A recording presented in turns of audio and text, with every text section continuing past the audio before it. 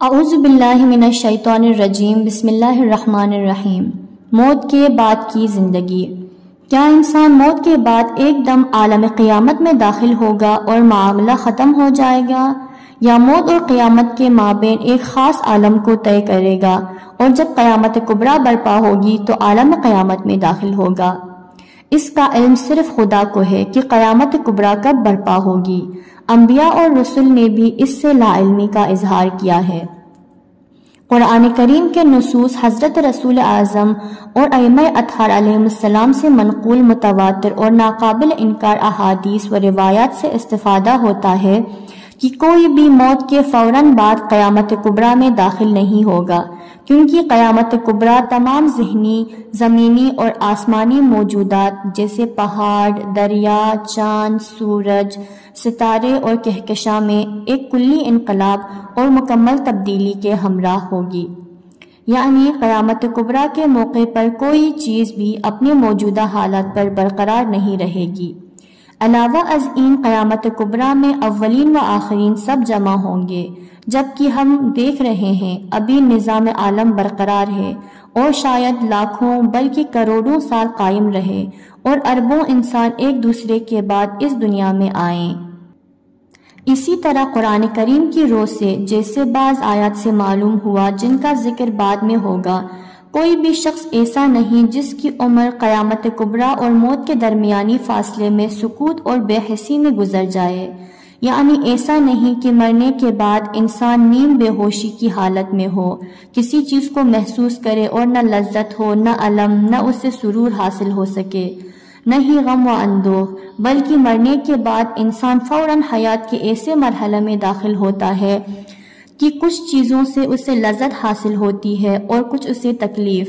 البتہ اس لذت و الم کا ربط اس کے دنیاوی افکار، اعمال اور اخلاق سے ہیں۔ قیامت کبریٰ تک یہ مرحلہ جاری رہتا ہے، لیکن جب آن واحد میں ایک کلی انقلاب اور تبدیلی تمام عالم کو اپنی لپیٹ میں لے لے گی اور دور ترین ستاروں سے لے کر ہماری زمین تک ہر چیز اس انقلاب اور تبدیلی کی زد میں ہوگی، تب یہ مرحلہ یا یہ عالم جو سب کے لیے دنیا و قیامت کے درمیان حد فاصلہ کی حیثیت رکھتا تھا، اختتام پذیر ہوگا۔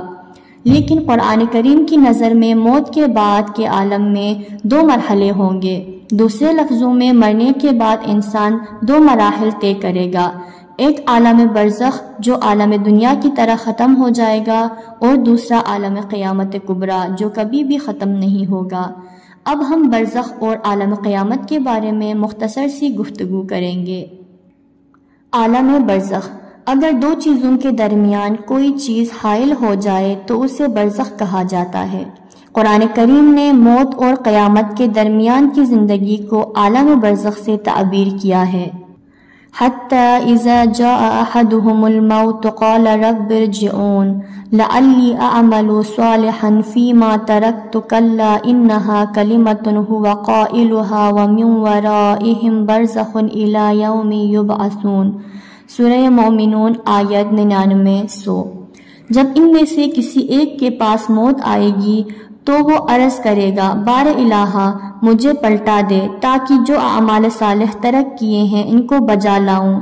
ہرگز نہیں، یہ تو وہ زبانی گفتگو ہے جس کا قائل وہ ہے اور اس کے پیچھے برزخ اور فاصلہ ہے، اس دن تک جب یہ اٹھائے جائیں گے۔ قرآن کریم میں یہی ایک آیت ہے جس میں موت اور قیامت کے درمیانی فاصلہ کو برزخ سے تعبیر کیا گیا ہے۔ اسی آیت سے استفادہ کرتے ہوئے علماء اسلام نے دنیا اور قیامت کبریٰ کے درمیانی عالم کا نام برزخ رکھا ہے۔ اس آیت میں موت کے بعد زندگی کے دو کا ذکر بس اتنا ہی ہے کہ کچھ انسان مرنے کے بعد اپنی اظہار پشیمانی کرتے ہوئے درخواست کریں گے کہ ایک دفعہ دنیا میں پھر لوٹائے جائیں، لیکن انکار کر دیا جائے گا۔ یہ آیت صراحتاً بتا رہی ہے کہ موت کے بعد انسان کی ایک خاص قسم کی زندگی ہوتی ہے جس میں رہتے ہوئے وہ آپسی کی خواہش کرتا ہے لیکن اسے رد کیا جاتا ہے۔ قرآن کریم میں ایسی آیتیں زیادہ ہیں جو دلالت کرتی ہیں کہ موت اور قیامت کے درمیانی فاصلے میں انسان ایک خاص قسم کی زندگی رکھتا ہے۔ جس میں اس کے محسوس کرنے کی قوت میں شدت آ جاتی ہے، وہ گفت و شنید کرتا ہے، اس سے لذت، رنج، سرور اور غم بھی ہوتا ہے۔ خلاصہ یہ کہ اسے زندگی نصیب ہوتی ہے جس میں سعادت کی آمیزش ہوتی ہے۔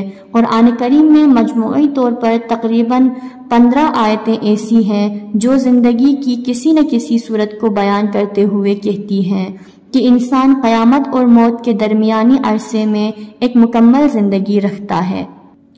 ان آیتوں کی کئی اقسام ہیں۔ پہلا، وہ آیت جن میں صالح اور نیک انسانوں یا بدکار اور فاسد انسانوں کی اللہ کے فرشتوں سے بات چیت کا ذکر ہے جو مرنے کے فوراً بعد ہوگی۔ اس قسم کی آیات کی تعداد کافی ہے۔ سورہ نساء کی آیت نمبر 97 اور سورہ مومنون کی آیت نمبر 100 جن کا ذکر مع ترجمہ پہلے ہو چکا ہے، اسی قسم میں سے ہیں۔ دوسرا، ایسی آیت جو مندرجہ بالا مفہوم کے علاوہ کہتی ہیں کہ فرشتے نیک اور صالح انسانوں سے اس گفتگو کے بعد کہیں گے کہ بعد از این الہی نعمتوں سے فائدہ اٹھاؤ، یعنی انہیں قیامت کبریٰ کی آمد تک منتظر نہیں رکھا جاتا۔ ذیل کی 2 آیت اسی مطلب پر مشتمل ہیں۔ الذین یتوفاہم الملائکۃ طیبین یقولون سلام علیکم ادخلوا الجنۃ بما کنتم تعملون، سورہ نحل آیت 32۔ وہ لوگ جنہیں پاکیزگی کی حالت میں فرشتے اپنی تحویل میں لے لیتے ہیں، فرشتے ان سے کہیں گے آپ پر سلام ہو، بے شک اپنے اچھے کردار کی وجہ سے جنت میں داخل ہو جائیے۔ قیل ادخل الجنۃ قال یا لیت قومی یعلمون بما غفر لی ربی وجعلنی من المکرمین، سورہ یاسین آیت 26-27۔ مرنے کے بعد اس سے کہا جائے گا بہشت میں داخل ہو جاؤ۔ وہ کہے گا اے کاش جن لوگوں نے میری بات نہیں سنی اب جان لیتے کہ میرے پروردگار نے مجھے کیسے بخش دیا اور اپنے معزز بندوں میں سے قرار دیا۔